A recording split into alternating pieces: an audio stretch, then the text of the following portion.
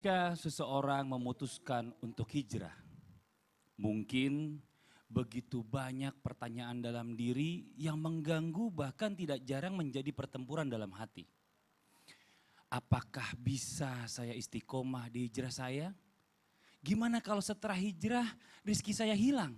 Terus gimana menghadapi dengan orang-orang nyinyir dengan hijrah saya?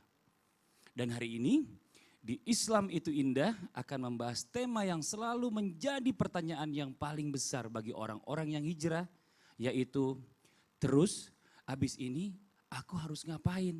Alhamdulillah.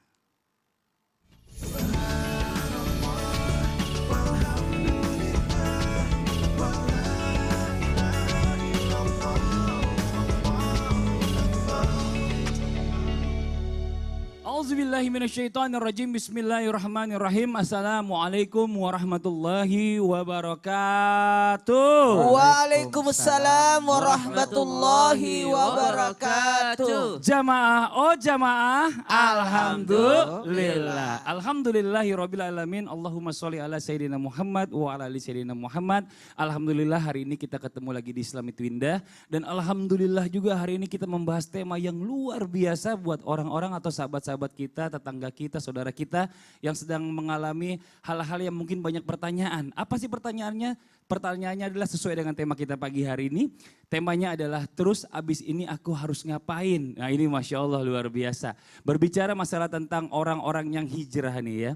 Bicara masalah tentang fitrah nggak sih sebenarnya, atau wajar nggak sih sebenarnya nih untuk Ustaz Syam nih, Ustaz Syam ya. Gimana? Udah standby nih, banyak pertanyaan nih, orang bilang fitrah nggak, wajar nggak sih kalau seseorang yang memutuskan hijrah dan move on, begitu banyak sekali pertimbangan dan bahkan sampai terjadi kebingungan yang luar biasa di dalam diri. Ya, kayak seperti tadi kita awal di highlight ya, kita bahas, ini abis ini aku harus ngapain. Betul. Terus kira-kira orang yang nyinyir yang ngadepin aku ini gimana aku ngadepinnya gitu. Nah ini bagaimana penjelasannya, mohon izin silakan Ustaz Syam. Bismillahirrahmanirrahim. Alhamdulillahirabbil alamin wassalatu wassalamu ala asyrafil anbiya'i wal mursalin sayyidina Muhammadin wa ala alihi wa ashabihi ajma'in. Asbahna wa asbahal mulku lillahi rabbil alamin.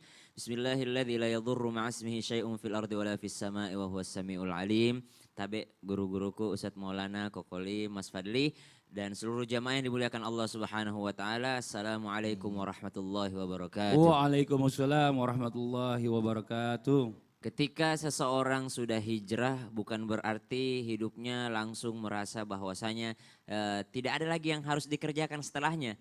Bahkan seorang Rasulullah saja yang imannya sudah teruji, yang maksum, yang tidak ada dosanya, yang sudah diampuni dosanya yang lalu maupun yang akan datang, artinya tidak pernah melakukan dosa.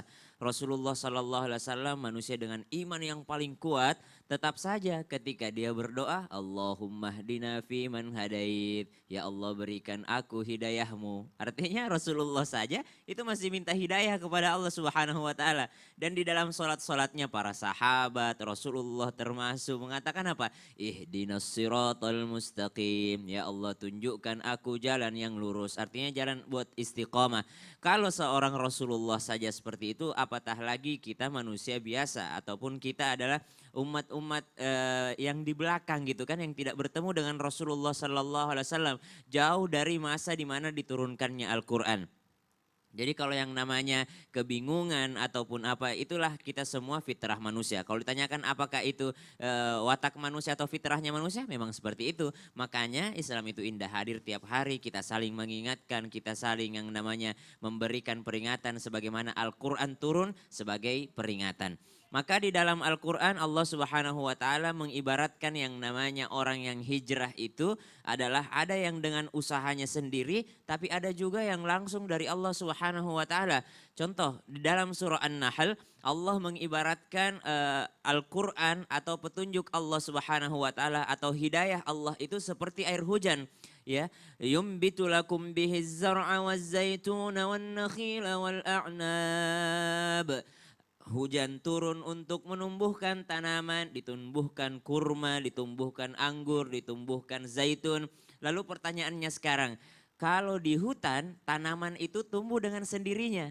Tapi Betul. kalau di yang kita rawat, ada juga yang tanaman-tanaman di kebun itu orang merawatnya. Harus menyiram. Harus menyiramnya Kalau nggak setiap disiram hari. mati gitu Tapi ya. sama-sama tumbuh dengan air. Betul. Nah, Air itulah hidayahnya. Tapi ada yang Allah tumbuhkan secara yang namanya liar. Betul. Tapi ada juga yang ditumbuhkan oleh usaha manusia. Begitulah hidayah. Ada yang mungkin harus dengan usahanya. Bagaimana caranya? Setiap hari nonton Islam itu indah. Bagaimana caranya? Postingannya yang di follow akun-akun dakwah misalnya. Atau dia berteman dengan orang-orang yang dekat dengan agama. Ini usaha sendiri seperti orang yang di kebun. Tapi ada juga orang-orang mungkin tidak pernah sama sekali mengenal Islam. Atau jauh di negeri sana tidak ada ustadz di sana. Tidak ada kiai. Tapi Allah berkehendak seperti yang namanya tanaman yang tumbuh liar.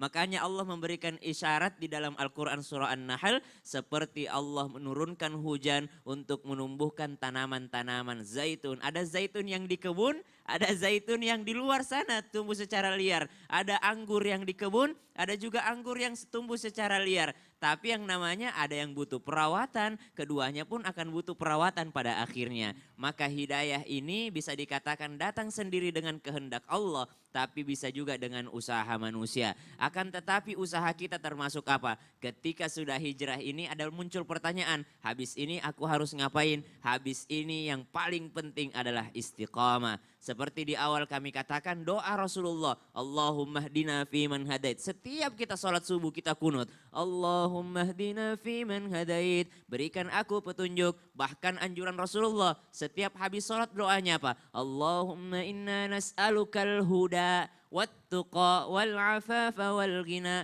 Ya Allah berikan aku hidayah, hidayah, hidayah. Padahal dia udah sholat loh. Betul, Apalagi betul. belum Iya, yang Masya nggak pernah Allah. sholat. Apalagi yang Betul. belum mau sholat. Apalagi yang belum berhijrah. Orang yang sudah sholat saja lima waktu doanya. Allahumma inna nas'alukal huda. Kasih aku petunjuk, kasih aku petunjuk. Masya Allah. Gitu Jadi kan minta hidayah. selalu petunjuk dengan Allah. Bicara masalah Betul. hidayah ini datangnya bisa datang sendiri, bisa Betul. dengan usaha, intinya Iya, begitu. rahasia Tapi bagaimana caranya kita bisa mempertahankan hidayah yang kita datangin, yang datang ke kita itu? Kan Iya, itu kan yang nah lebih itu- sulit. nah itu insya Allah Nah hari ini ini Masya Allah dibahas oleh para guru-guru kita. Nah ini bicara masalah tentang hidayah ini, kalau kita bicara masalah hidayah sebenarnya dari zaman dulu udah ada hidayah ini Betul. ya. Bukan baru-baru aja. Nah tapi kalau kita lihat sekarang zaman sekarang ini justru kembali lagi ada yang ke zaman dulu nih.